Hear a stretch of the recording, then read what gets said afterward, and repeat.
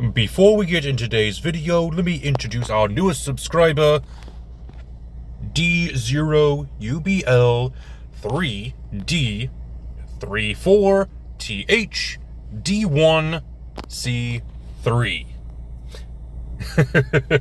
I'm sorry, I had to make that joke. The actual name is Double Death Dice, but I had to read that out. It's just too funny. Anyway, thank you for subscribing, Double Death Dice, and welcome to the family. And now on with today's video.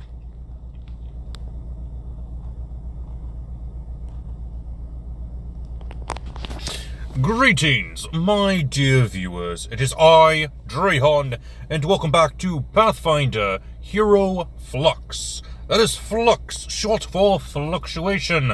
Yes, I will be saying this every single time I do the intro, because I am paranoid, and once I did not say it, and YouTube tried to flag me. Anyway, welcome back. This is the show where we take characters from across media and convert them into playable characters for Pathfinder 2nd Edition. Fluctuation is a synonym for conversion, after all, which is the name of my Dungeons & Dragons series, based off the same subject. Today we are doing another viewer request from Andrew Marrero. He wanted not only Suicune, but Magearna in Pathfinder 2nd Edition.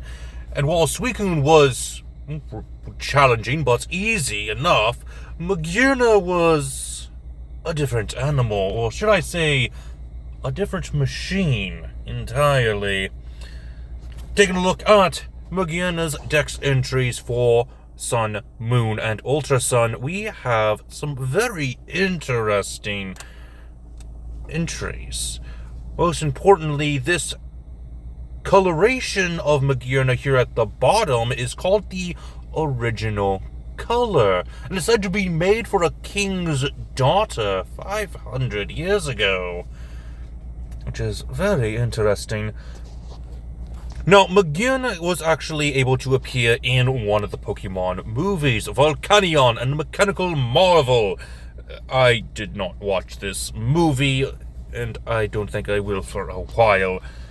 Don't really have much time for that, but I will try to make time, I assure you. But for now, let's go ahead and use what we know about Magearna from the games to make a playable character in Pathfinder 2nd Edition. And to start things off, according to the inspiration, Magearna's design is based on the maid's outfit. We can actually see this in the gear on the top of Magearna's head, being similar to the maid's bonnet. And we can actually see the same in the Pokeball-esque design, but also a dress-like design on the bottom half of Magearna. Similarly, there are some inspirations of the Rabbit on the Moon legend, as you can see in the ear-like designs of Magearna, as well as the crescent shapes on the dress. Additionally, the dress is themed after a Pokeball for some reason or another, making this a quite literal ball gown. Hilarious. Let's go ahead and get into the build. Starting things off with our stats, go ahead and increase your strength, constitution, intelligence, and wisdom each by 2. Next is our ancestry.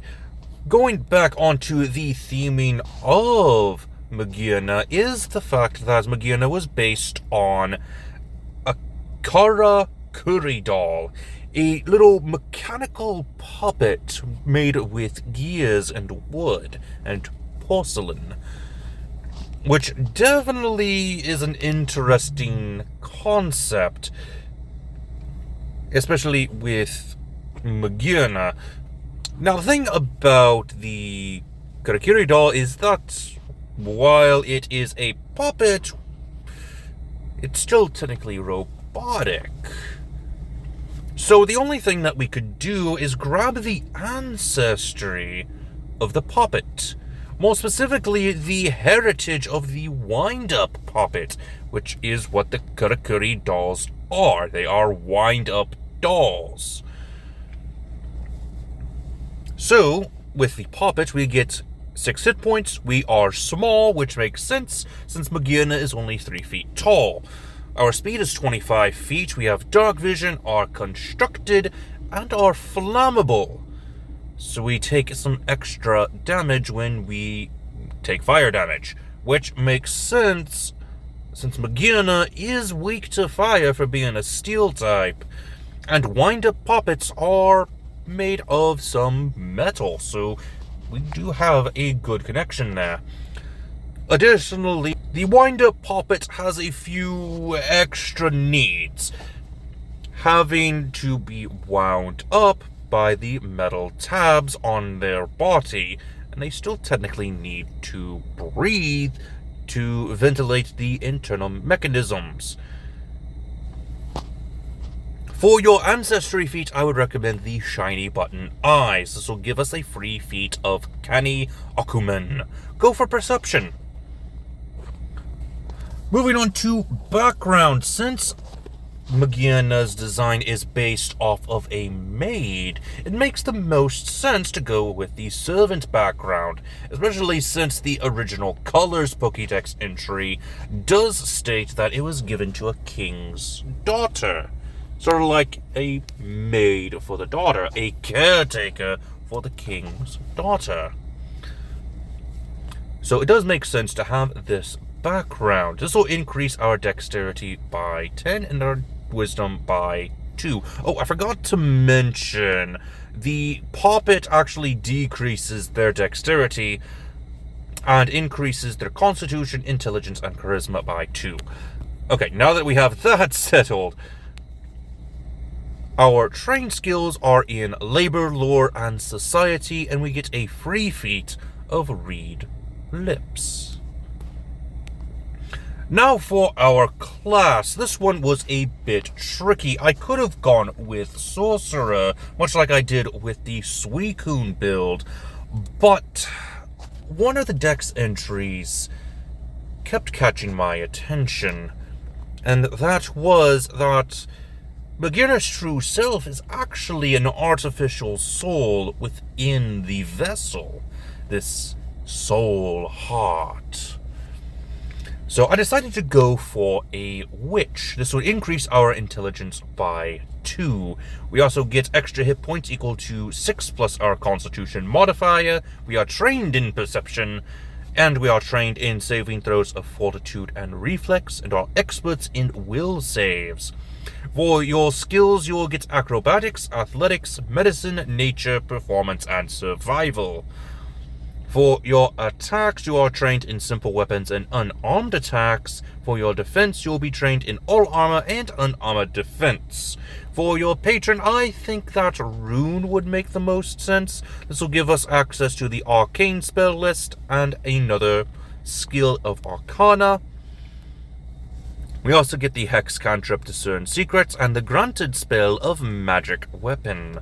We get familiar, hexes, and the witch spell casting DC we are now proficient in.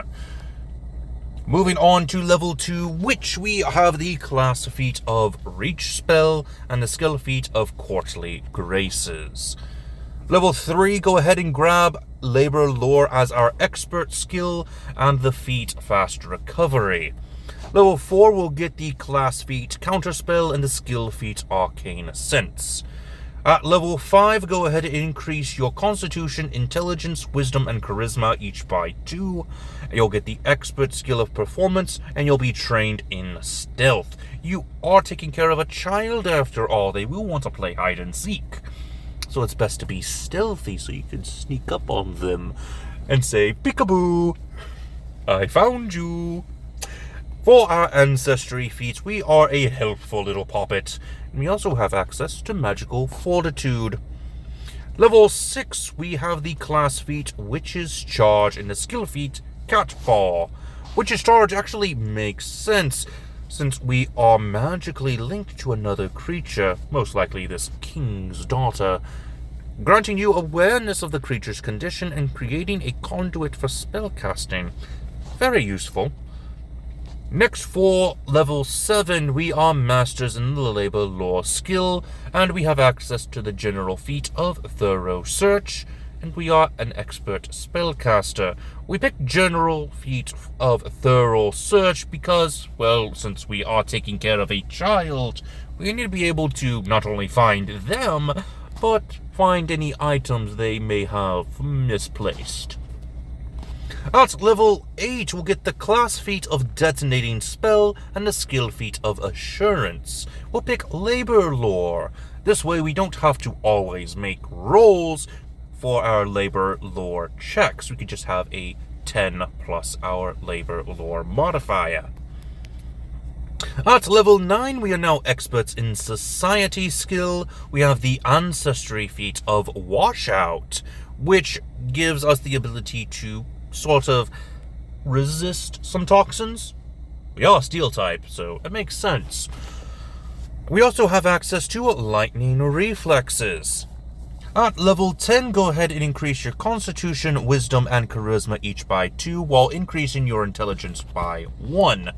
Grab the class feat of quicken casting and the skill feat of battle medicine. At level 11, we are now masters of the society skill, and we'll grab the feat Keen Follower, which is very long, and we get the alertness and weapon expertise.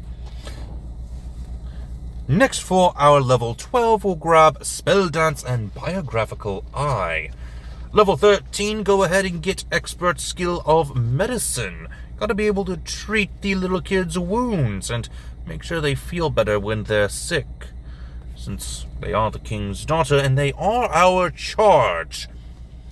Next is Ancestry feat. We have the Reanimating Spark. We also have access to defensive robes and weapon specialization.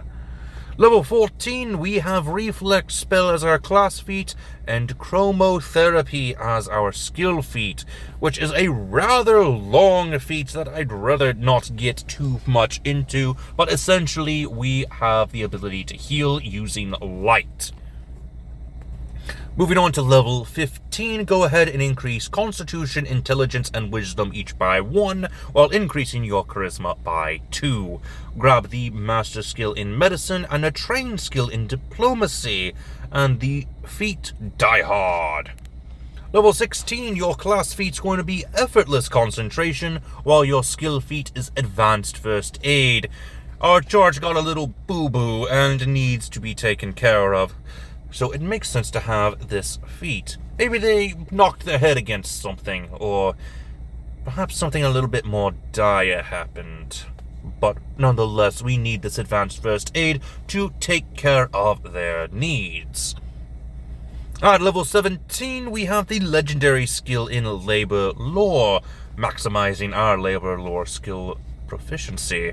We also have the Ancestry feat of Restitch. We also have Resolve.